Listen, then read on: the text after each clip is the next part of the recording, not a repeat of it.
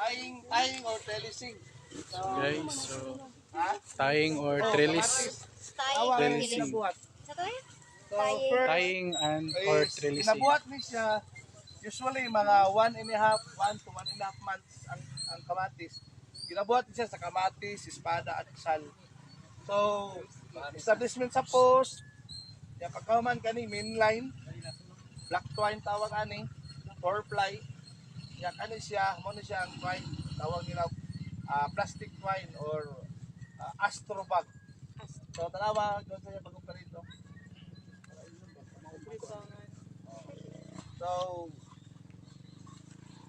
sa punuan, i-circle lang siya kausa, lock, circle, lock, circle, lock, circle, lock.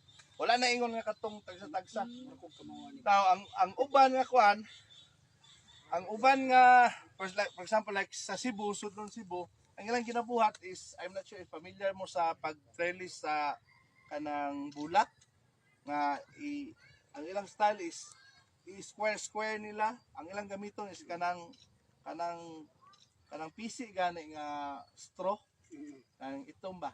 So iana pa ilang style dito. But then sa mua dili kay to effective kay night time gid diri nga kusog jud ang hangin. Kani siya kay dili mo gid siya maunsa. Ang pinaka-importante ani nga paghangin dili mabali nga mostly gyud kun dili ni siya matayngan maibot gyud na siya. So mo ni siya. Mura po ni sa katong akong bell pepper. Yes, sa tama. Ani nako, pero kato kay naka protected structure man.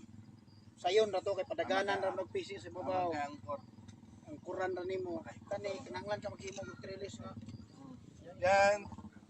Sa mo karon kanang every post nami although kani gilahan dito kalingon. Ang poste nila karon is nana sa what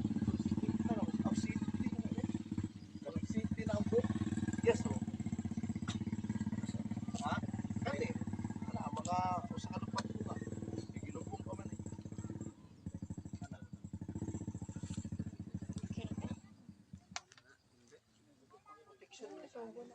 Pangangin. Okay? Balita sa kuan.